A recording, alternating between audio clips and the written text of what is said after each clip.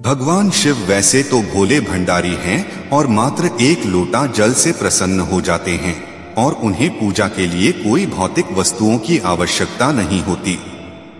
लेकिन फिर भी कुछ बातें हैं जिनका ध्यान उनकी पूजा के समय रखा जाना चाहिए। कुछ वस्तुएं ऐसे हैं जो भगवान शिव की पूजा में वर्जित हैं। इन बातों का ध्यान रखेंगे तो शिवजी की कृपा पाने का मार्ग सहजता से खुल जाएगा। आइए जानते हैं क्या हैं वे बातें। भगवान शिव को लोग सर्वाधिक जल ही अर्पित करते हैं। जल अर्पित करने के लिए तांबा, पीतल, कांसा, चांदी या अष्टधातु के लोटे का प्रयोग करना चाहिए। लोहे या स्टील के बर्तन से शिवजी पर कभी जल न चढ़ाएं। इसी तरह यदि शिवलिंग पर दूध अर्पित कर रहे हैं तो उसके लिए चांदी, पीतल का लोटा ही प्रयुक्त करना चाहिए। शिवजी पर भूल से भी दूध तांबे के कलश से नहीं चढ़ाना चाहिए। सिंदूर और कुमकुम शिवलिंग पर कभी नहीं चढ़ाना चाहिए। अनेक शास्त्रों में शिवजी के लिए हल्दी भी वर्जित बताई गई है। शिवजी की पूजा में अबीर, गुलाल, अक्षत का इस्तेमाल किया जाता है क्योंकि सिंदूर और कुमकुम सौभाग्य के प्रतीक हैं और शिव श्मशान निवासी वैरागी हैं। शिवजी को चावल के टुकड़े अर्पित नहीं किए जाते हैं। उन्हें अक्षत अर्थात पूर्ण चावल अर्पित किए जाते हैं। शिवजी की पूजा में तुलसी नहीं रखी जाती है। शिवजी को बिल्वपत्र अर्पित किया जाता है। इसी तरह भगवान विष्णु को बिल्वपत्र नहीं चढ़ाया जाता है, उन्हें तुलसी चढ़ाई जाती है। शिवजी की पूजा में शंख भी वर्जित है। शंख का स्पर्श शिवलिंग से कभी नहीं होना चाहिए और ना ही शंख से शिवलिंग पर जल अर्पित किया जाता है। शिवजी को केतकी, केवड़े के पुष्प अर्पित नहीं किए जाते हैं। शिवजी को स्नान करवाते समय कभी भी उन्हें अंगूठे से नहीं रगड़ना चाहिए। महाशिवरात्रि भगवान का शिव के सबसे प्रमुख त्योहारों में से एक है। इस दिन भगवान शंकर और माता पार्वती का विवाह हुआ था। सभी शिव भक्तों के लिए यह दिन बहुत जरूरी माना जाता है। इस दिन भगवान शंकर की पूरे विधि विधान से पूजा अर्चना और रुद्राभिषेक किया जाता है। कहा जाता है जो व्यक्ति महाशिवरात्रि की रात्रि को जागरण, कीर्तन और प्रभु का गुणगान करता है उसे मनचाहा फल मिलता है।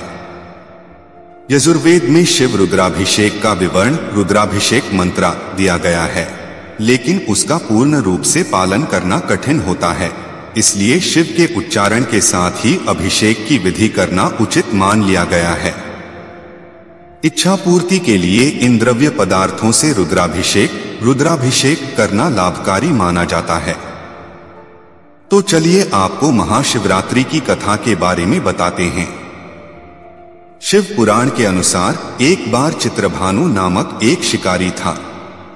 जानवरों का शिकार करके वह अपने परिवार का पालन पोषण करता था। वह एक साहूकार का कर्जदार था, लेकिन उसका ऋण समय पर न चुका सका। क्रोधित साहूकार ने शिकारी को शिव मठ में बंदी बना दिया। संयोग से उस दिन शिवरात्रि थी। साहूकार के घर पूजा हो रही थी तो शिकारी ध्यानमग्न होकर शिव संबंधी धार्मिक बातें सुनता रहा। चतुर्दशी को उसने शिवरात्रि व्रत की कथा भी सुनी।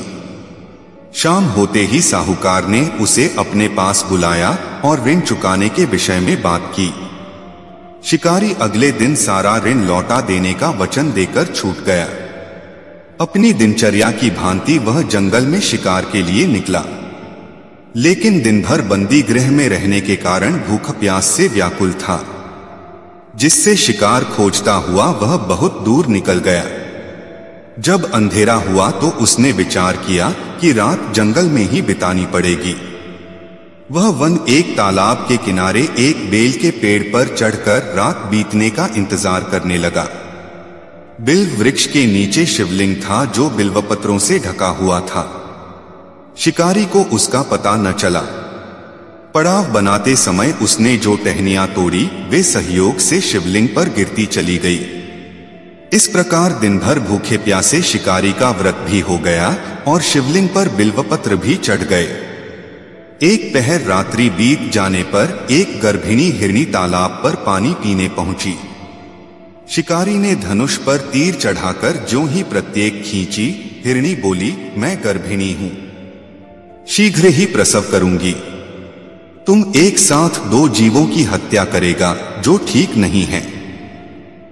मैं बच्चे को जन्म देकर शीघ्र ही तुम्हारे समक्ष प्रस्तुत हो जाऊंगी, तब मार लेना।